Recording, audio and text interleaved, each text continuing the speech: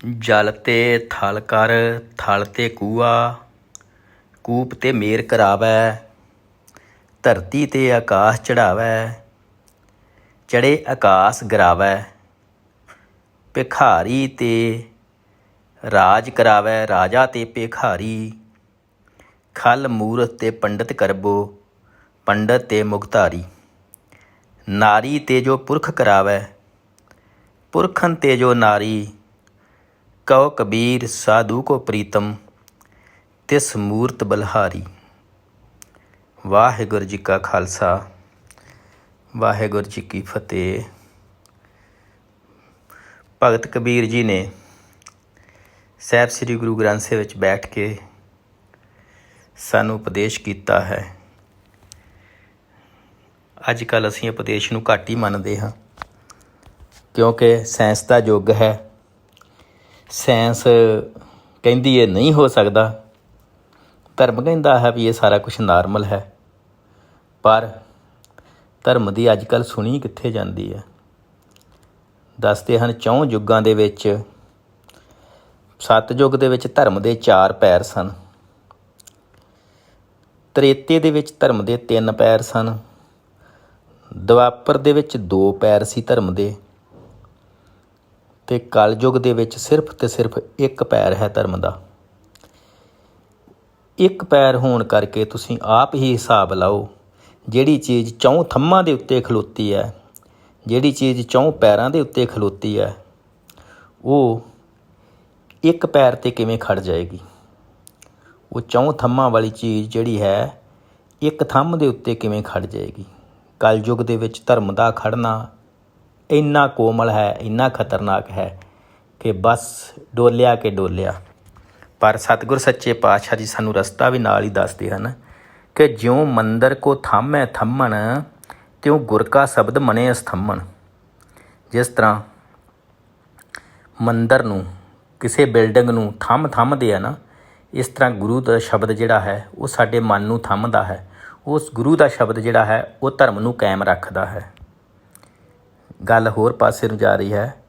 ਮਹਾਰਾਜ ਕਹਿੰਦੇ ਨਾਰੀ ਤੇ ਜੋ ਪੁਰਖ ਕਰਾਵੈ, ਪੁਰਖਨ ਤੇ ਜੋ ਨਾਰੀ। ਅਕਾਲ ਪੁਰਖ ਵਾਹਿਗੁਰੂ ਇੰਨੀ ਤਾਕਤ ਰੱਖਦਾ ਹੈ ਕਿ ਨਰ ਨੂੰ ਮਾਦਾ ਬਣਾ ਸਕਦਾ ਔਰ ਮਾਦਾ ਨੂੰ ਨਰ ਬਣਾ ਸਕਦਾ ਹੈ। ਪੰਡਤ ਨੂੰ ਰਾਜਾ ਰਾਜ ਦਿਵਾ ਸਕਦਾ ਹੈ, ਅਤੇ ਰਾਜੇ ਨੂੰ ਉਹ ਕੰਗਾਲ ਕਰ ਸਕਦਾ ਹੈ। ਭਿਖਾਰੀ ਨੂੰ ਰਾਜ ਕਰਾ ਸਕਦਾ ਅਤੇ ਰਾਜੇ ਨੂੰ ਭਿਖਾਰੀ ਬਣਾ ਸਕਦਾ ਹੈ। ਆਕਾਸ਼ 'ਤੇ ਚੜ੍ਹਿਆਂ ਨੂੰ ਧਰਤੀ 'ਤੇ ਸੁੱਟ ਸਕਦਾ ਹੈ ਅਤੇ ਧਰਤੀ 'ਤੇ ਚੱਲਦਿਆਂ ਨੂੰ ਆਕਾਸ਼ ਵਿੱਚ ਪਹੁੰਚਾ ਸਕਦਾ ਹੈ। ਇਸੇ ਤਰ੍ਹਾਂ ਹੀ ਗੁਰੂ ਰਾਮਦਾਸ ਜੀ ਦੇ ਚਰਨਾਂ ਦੇ ਵਿੱਚ ਸੇਵਾ ਕਰ ਰਹੇ ਹਨ ਬਾਬਾ ਆਦਮ ਜੀ।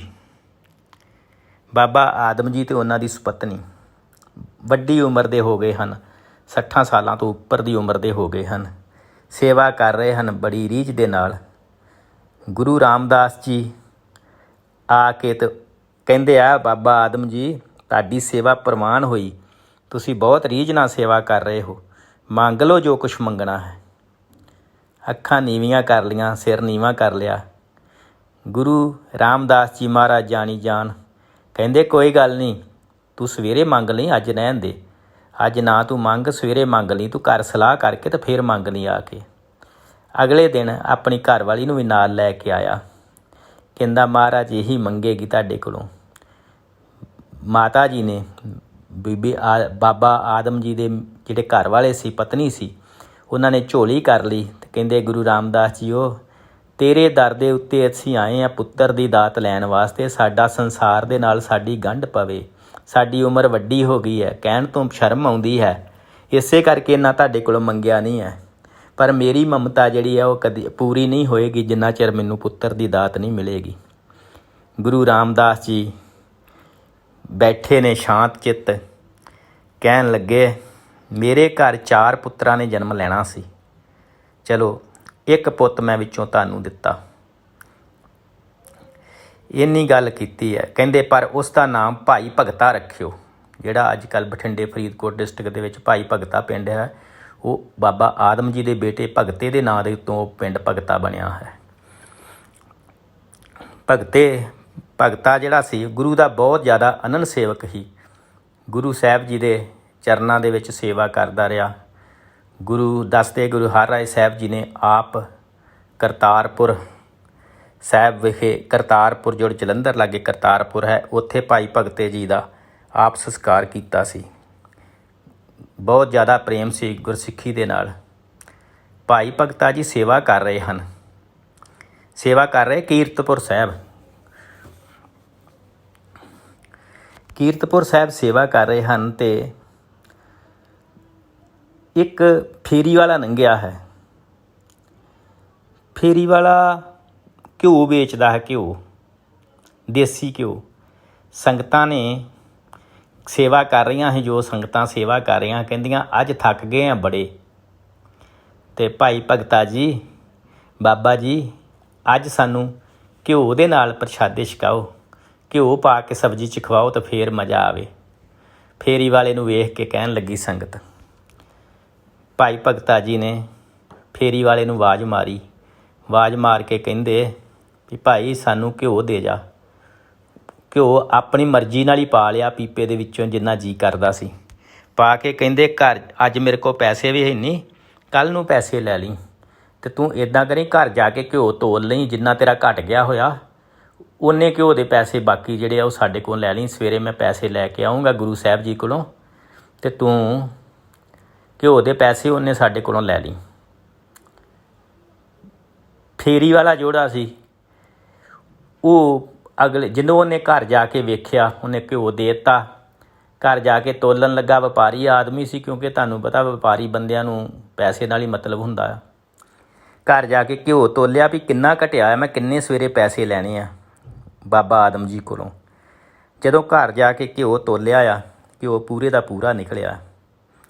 ਹੈਰਾਨ ਹੋ ਗਿਆ ਆ, 2-3 ਵਾਰੀ ਤੋਲਿਆ, ਕਿਤੇ ਮੈਨੂੰ ਭੁਲੇਖਾ ਨਾ ਲੱਗੇ, ਕਿਤੇ ਮੈਨੂੰ ਭੁਲੇਖਾ ਨਾ ਲੱਗੇ। ਪੀਪਾ ਖੋਲ੍ਹ ਕੇ ਵੇਖਦਾ, ਕਿਤੇ ਗਲਤ ਪੀਪੇ ਨੂੰ ਤਾਂ ਨਹੀਂ ਮੈਂ ਤੋਲੀ ਜਾ ਰਿਹਾ। ਦੇਖਿਆ, ਸਾਰਾ ਕੁਛ ਦੇਖਿਆ, ਮਨ ਦੇ ਵਿੱਚ ਆ ਗਿਆ, ਹੈਰਾਨ ਹੋ ਗਿਆ ਵੀ ਇਹ ਤਾਂ ਕੋਈ ਗੁਰੂ ਦੀ ਕਿਰਪਾ ਆ। ਇਹ ਤਾਂ ਬਾਬਾ ਆਦਮ ਜੀ ਜਿਹੜੇ ਹਨ, ਬਾਬਾ ਭਾਈ ਭਗਤਾ ਜੀ ਜਿਹੜੇ ਹਨ, ਇਹੀ ਕੋਈ ਪੂਰਨ ਸੰਤ ਨੇ। ਜਾ ਕੇ ਇਹਨਾਂ ਦੀ ਚਰਨੀ ਪੈ ਜਾਂਦੇ ਆ, ਜਾ ਕੇ ਪੈਰੀਂ ਜਾ ਕੇ ਗਿਆ ਆ ਭਾਈ ਭਗਤਾ ਜੀ ਕੋਲ। ਅਗਲੇ ਦਿਨ ਗਿਆ, ਭਾਈ ਭਗਤਾ ਜੀ ਕਹਿਣ ਲੱਗੇ ਦੱਸੋ ਭਾਈ ਫੇਰੀ ਵਾਲਿਆ, ਕਿੰਨੇ ਪੈਸੇ ਹੀ ਤੇਰੇ ਮੈਂ ਪੂਰੇ ਕਰਕੇ ਤੈਨੂੰ ਦੇਵਾਂ, ਮੈਂ ਲੈ ਕੇ ਆਇਆ ਗੁਰੂ ਸਾਹਿਬ ਜੀ ਕੋਲੋਂ। ਕਹਿਣ ਲੱਗਾ ਮਹਾਰਾਜ ਤੁਸੀਂ ਤਾਂ ਊਣਿਆਂ ਨੂੰ ਭਰਦੇ ਜੇ, ਤੁਸੀਂ ਤਾਂ ਊਣਿਆਂ ਨੂੰ ਭਰਦੇ ਜੇ, ਮੈਂ ਤੁਹਾਡੇ ਪੈਰੀਂ ਪੈ ਗਿਆ, ਆ ਕੇ ਪੈਰੀਂ ਪੈ ਗਿਆ। ਭਾਈ ਫੇਰੀ ਵਾਲਾ ਕਹਿੰਦਾ ਮੈਂ ਤੁਹਾਡੇ ਪੈਰੀਂ ਪੈ ਗਿਆ, ਮੇਰੇ 'ਤੇ ਕਿਰਪਾ ਕਰੋ, ਮੈਂ ਵੀ ਬੜਾ ਜਨਮਾਂ ਤੋਂ ਊਣਾ ਹੈ, ਮੈਨੂੰ ਵੀ ਭਰ ਦਿਓ, ਮੈਨੂੰ ਵੀ ਪੂਰਾ ਕਰ ਦਿਓ। ਭਾਈ ਭਗਤਾ ਜੀ ਹੈਰਾਨ, ਕਹਿੰਦੇ ਇਹ ਤੂੰ ਗੱਲਾਂ ਕੀ ਕਹੀ ਜਾਂਦਾ। ਕਹਿੰਦਾ ਵੀ ਘਿਓ ਪੂਰਾ ਸੀ, ਮੈਂ ਤੋਲ ਕੇ ਵੇਖਿਆ ਆ, ਘਿਓ ਘਟਿਆ ਹੀ ਨਹੀਂ ਗਾ। ਅਤੇ ਕਹਿੰਦੇ ਅਸੀਂ ਤਾਂ ਖਾਧਾ ਸੀ, ਅਸੀਂ ਆਂਦੇ ਤੁਸੀਂ ਖਾਧਾ ਤਾਂ ਹੈ ਸੀ, ਪਰ ਘਿਓ ਪੂਰੇ ਦਾ ਪੂਰਾ ਰਿਹਾ। ਇਹ ਕਹਿਣ ਲੱਗੇ ਇਹ ਤਾਂ ਫਿਰ ਗੁਰੂ ਸਾਹਿਬ ਜੀ ਦੀ, ਗੁਰੂ ਹਰਿਰਾਏ ਸਾਹਿਬ ਜੀ ਦੀ ਵਡਿਆਈ ਹੈ ਕਿ ਗੁਰੂ ਹਰਿਰਾਏ ਸਾਹਿਬ ਜੀ ਨੇ ਕਿਰਪਾ ਕਰਕੇ ਤੁਹਾਡੇ 'ਤੇ ਇਹ ਘਿਓ ਪੂਰਾ ਕੀਤਾ ਹੈ, ਸਾਡੀ ਕੋਈ ਵਡਿਆਈ ਨਹੀਂ ਹੈ। ਦੱਸਦੇ ਹਨ ਕਿ ਭਾਈ ਫੇਰੂ ਜੀ ਨੂੰ ਬਾਬਾ ਭਾਈ ਭਗਤਾ ਜੀ ਗੁਰੂ ਹਰਿਰਾਏ ਸਾਹਿਬ ਜੀ ਦੇ ਚਰਨਾਂ ਦੇ ਵਿੱਚ ਲੈ ਕੇ ਗਿਆ, ਮੱਥਾ ਟੇਕਿਆ ਆ। ਮੱਥਾ ਟੇਕ ਕੇ ਅਤੇ ਗੁਰੂ ਸਾਹਿਬ ਜੀ ਨੇ ਉਹਦਾ ਨਾਂ ਭਾਈ ਫੇਰੂ ਹੀ ਰੱਖ ਦਿੱਤਾ, ਫੇਰੀ ਵਾਲੇ ਦਾ ਨਾਂ ਰੱਖਤਾ ਭਾਈ ਫੇਰੂ ਜੀ। ਇਹਨੂੰ ਮੁੜ ਕੇ ਫਿਰ ਮਸੰਦ ਬਣਾਇਆ, ਆਪਣੀ ਗੱਦੀਆਂ ਜੋ ਮਸੰਦਾਂ ਦੀਆਂ ਗੱਦੀਆਂ ਸੀ ਨਾ, ਉਹਨਾਂ ਦੇ ਉੱਤੇ ਇਹਨੂੰ ਇੱਕ ਗੱਦੀ ਦਿੱਤੀ ਸਿੱਖੀ ਦੇ ਪ੍ਰਚਾਰ ਵਾਸਤੇ। ਭਾਈ ਫੇਰੂ ਜੀ ਨੂੰ ਬਹੁਤ ਕਰਮਾਂ ਵਾਲੇ, ਬੜੇ ਉੱਚ ਕੋਟੀ ਦੇ, ਬੜੇ ਭਗਤ, ਬੜੇ ਸ਼ਾਂਤ ਚਿੱਤ, ਬੜੇ ਸੇਵਾਦਾਰ ਸਨ। ਉਸ ਤੋਂ ਬਾਅਦ ਫਿਰ ਬਾਅਦ ਦੇ ਵਿੱਚ ਬਹੁਤ ਜ਼ਿਆਦਾ ਸੇਵਾ ਕਰਦੇ ਰਹੇ। ਗੁਰੂ ਗੋਬਿੰਦ ਸਿੰਘ ਜੀ ਮਹਾਰਾਜ ਦਾ ਟਾਈਮ ਆ ਗਿਆ, ਅਤੇ ਜਿਹੜੇ ਜਦੋਂ ਗੁਰੂ ਗੋਬਿੰਦ ਸਿੰਘ ਜੀ ਮਹਾਰਾਜ ਦੇ ਟਾਈਮ ਦੇ ਵਿੱਚ ਮਸੰਦ ਜਿਹੜੇ ਸੀ ਉਹ ਆਪਣੀ ਅਸਲ ਸੇਵਾ ਤੋਂ ਭਟਕ ਕੇ ਤੋਂ ਗਰਕ ਚੁੱਕੇ ਸਨ, ਉਹਨਾਂ ਦਾ ਆਚਰਣ ਢਿੱਲਾ ਹੋ ਚੁੱਕਾ ਸੀ। ਗੁਰੂ ਸਾਹਿਬ ਜੀ ਨੇ ਹੁਕਮ ਦੇ ਦਿੱਤਾ ਵੀ ਸਾਰੇ ਮਸੰਦਾਂ ਦਾ ਲੇਖਾ ਜੋਖਾ ਕੀਤਾ ਜਾਵੇ, ਸਾਰੇ ਮਸੰਦਾਂ ਨੂੰ ਫੜ ਕੇ ਲੈ ਕੇ ਆਓ, ਬੰਨ੍ਹ ਕੇ ਲੈ ਕੇ ਆਓ, ਇਹਨਾਂ ਦਾ ਲੇਖਾ ਜੋਖਾ ਕੀਤਾ ਜਾਵੇ। ਦੱਸਦੇ ਹਨ ਵੀ ਸਾਰੇ ਜਿੰਨੇ ਵੀ ਮਸੰਦ ਸੀ ਸਾਰਿਆਂ ਨੂੰ ਸਿੱਖ ਭੇਜ ਕੇ ਸਾਰਿਆਂ ਨੂੰ ਬੰਨ੍ਹ ਕੇ ਲਿਆਂਦਾ, ਮੁਸ਼ਕਾਂ ਬੰਨੀਆਂ, ਪਿੱਛੇ ਨੂੰ ਹੱਥ ਬੰਨ੍ਹ ਕੇ, ਇਹਨਾਂ ਦੇ ਪਿੱਛੇ ਨੂੰ ਬਾਹਾਂ ਬੰਨ੍ਹ ਕੇ ਤੇ ਗੁਰੂ ਗੋਬਿੰਦ ਸਿੰਘ ਜੀ ਦੇ ਮਹਾਰਾਜ ਦੇ ਚਰਨਾਂ ਦੇ ਵਿੱਚ ਲਿਆਂਦਾ ਗਿਆ।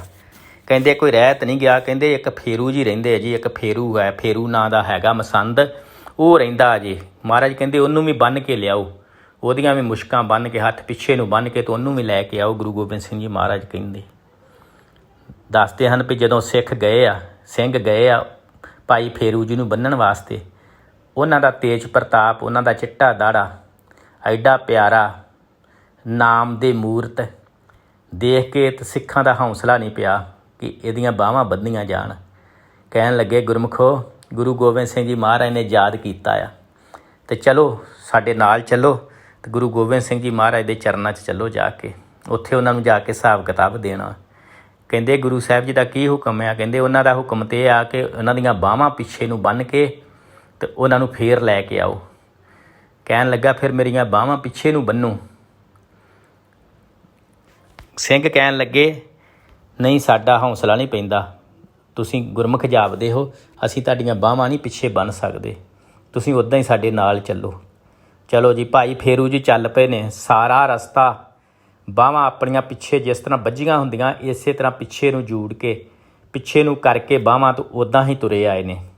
ਲਾਗੇ ਜੇ ਆ ਕੇ ਕਹਿਣ ਲੱਗੇ ਵੀ ਗੁਰੂ ਸਾਹਿਬ ਜੀ ਦਾ ਹੁਕਮ ਬਜਾਓ, ਤੁਸੀਂ ਗੁਰੂ ਸਾਹਿਬ ਦੀ ਹੁਕਮ ਅਦੂਲੀ ਨਾ ਕਰੋ ਤਾਂ ਤੁਸੀਂ ਮੇਰੀਆਂ ਬਾਹਾਂ ਬੰਨ੍ਹ ਦਿਓ।